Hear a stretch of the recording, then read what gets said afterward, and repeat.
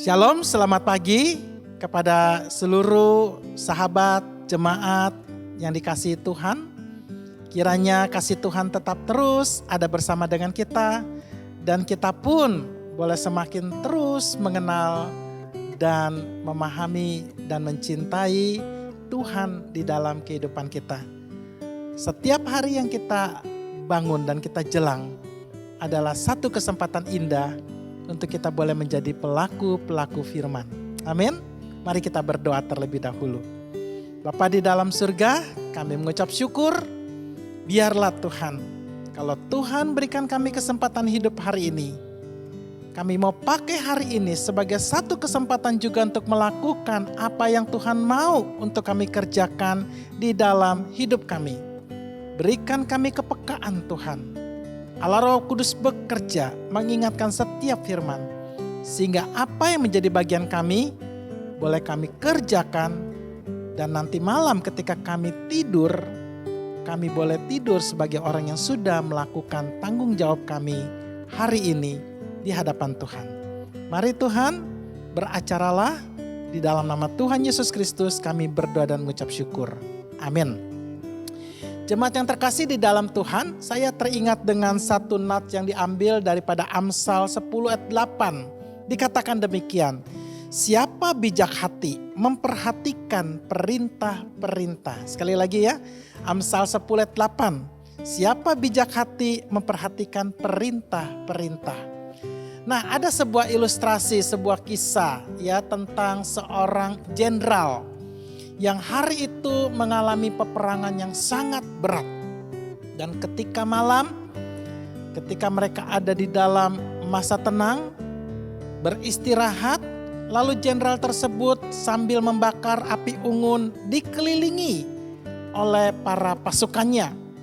Lalu jenderal tersebut bertanya demikian, "Hai anak-anak, menurut kamu siapa serdadu? Siapa prajurit terbaik hari ini?" Nah, kemudian muncullah beberapa usulan. Seorang berkata demikian, "Pak Jenderal, itu si A itu hari ini begitu hebat.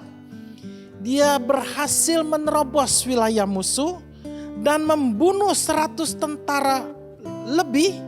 Dan kemudian dia pun mati diberondong oleh peluru dan bayonet.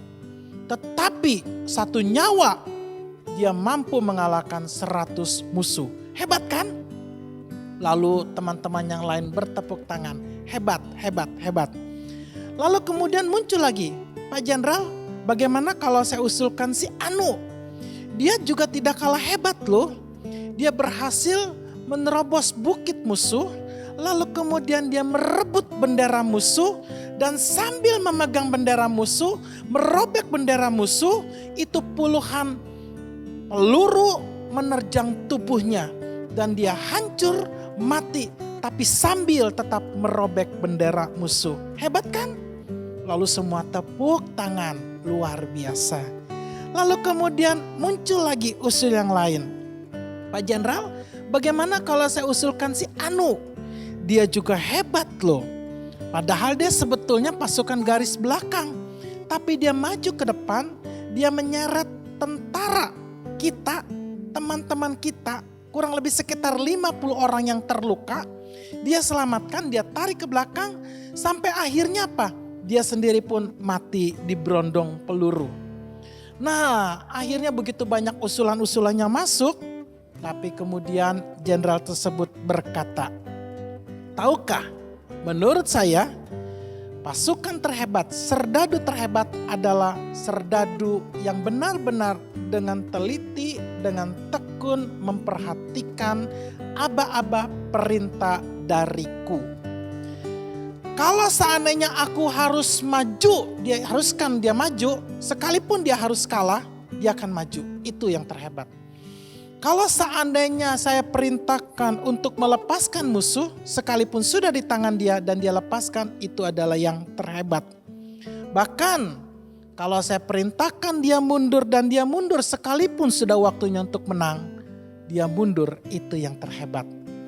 Jadi rupanya menurut sang jenderal, kehebatan seorang tentara atau serdadu bukan berdasarkan prestasi yang bisa diukur oleh rekan sejawat atau manusia lainnya, tetapi adalah kepekaan untuk mendengar perintah atasan.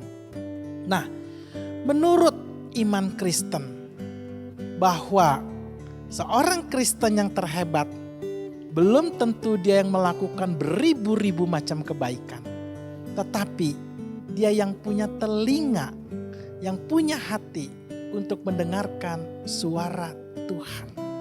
Seandainya hari ini Tuhan berkata kepada Anda, ampuni saudaramu, apakah kita akan melakukannya? Seandainya Tuhan berkata, berikanlah kepada saudaramu, apakah kita akan melakukannya? Bahkan ketika seandainya Tuhan berkata kepada hari ini, bebaskanlah hutang saudaramu itu, apakah kita akan melakukannya? Nah, oleh sebab itu, biarlah kita boleh minta Allah Roh Kudus untuk memberikan kepekaan, supaya mata kita, telinga rohani kita itu boleh mengerti dengan jelas apa suara Tuhan bagi kita hari ini, dan kita boleh melakukannya, sehingga di mata Tuhan kita boleh menjadi seorang Kristen yang terbaik menurut Tuhan, bukan menurut ukuran prestasi standar yang diciptakan oleh manusia. Mari kita berdoa. Bapa di dalam surga, berikanlah hati yang taat kepadamu Tuhan untuk seluruh jemaat kami. Berikanlah hati yang bisa bertelinga seperti Salomo, sehingga dia mampu mendengar suara Tuhan, lalu kemudian melakukan apa yang Tuhan katakan.